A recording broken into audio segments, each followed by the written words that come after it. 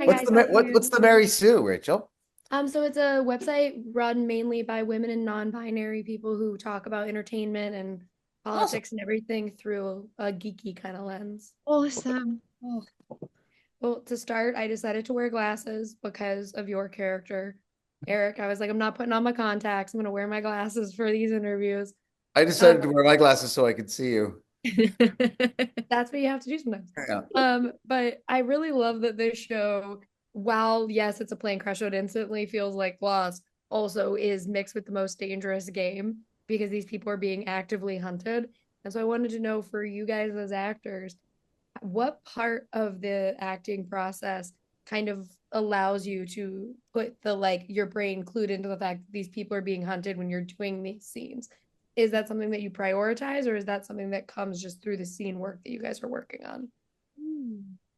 I think it's that they're not being hunted at first, and Mhm. you we had to allow that to dawn on us. We had to remember that we're building a six episode arc of suspicion and intrigue and mislead, but initially we don't really have we all seem to not trust each other, but we don't really have a reason until bodies start to drop. So I think it was just sort of day by day, scene by scene, we built on them. Yeah, and it did start to yeah, it all started to get integrated with, what are we going to eat today and also who's going to kill us. It did kind of bond it sort of thickened up the stew episode by episode as we were shooting it broadly in sequence. Yeah. Yeah, well, and I also love too, like you can see the characters who are like survivalists because they're like, okay, we'll save the water. We have to ration this. And they're thinking like people who are like, okay, we're gonna be here for longer, versus like Eric at one point, you're washing your hands, you're like, we'll find water. And it's just kind of like, whatever, we'll figure it out. And that's really fun. And so I want to know for you guys as people, which one of the which one of those people would you be? Would you be like, yeah, who cares? We'll figure it out later? Or would you be like, stop drinking the water, stop eating the food? We don't know when someone's coming. Mm. I think I'd be more that. Honestly, I think I would be terrified. I mean, I watched the first episode the other day and I just splashed vodka all over my hands. It's like I would never waste vodka like that. Uh, Irresponsible. Focus for the mouth, not the hands.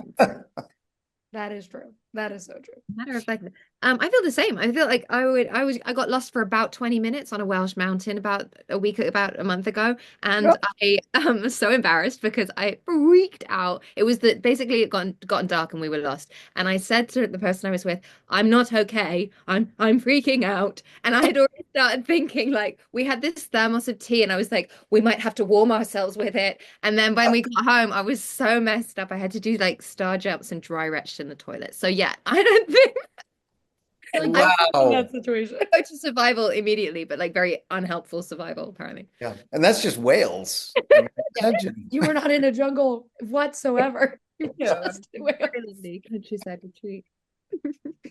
Um, I do like that the show is coming out at a time where it's unfortunately very timely because we got planes dropping left, right, and center in America, especially. Yeah. Did you ever think making this show that you'd be like, well, commercial air flights could very well be lost in the jungle at any given point? So much of what I do involves flying around constantly that I don't even want to think about it. But I know it's still knock wood always going to be the exception, and that people who fly planes and the crew of planes are doing God's work. Mm, mm. That they are. Um, for a last thing, I really do love the mystery of the show. I think it's really interesting because you get to learn who these characters are through that mystery, and that's always fun for me. Do you guys love the kind of who done it aspect of a show? And do you kind of miss when you're on that show not being able to kind of follow that along with the audience?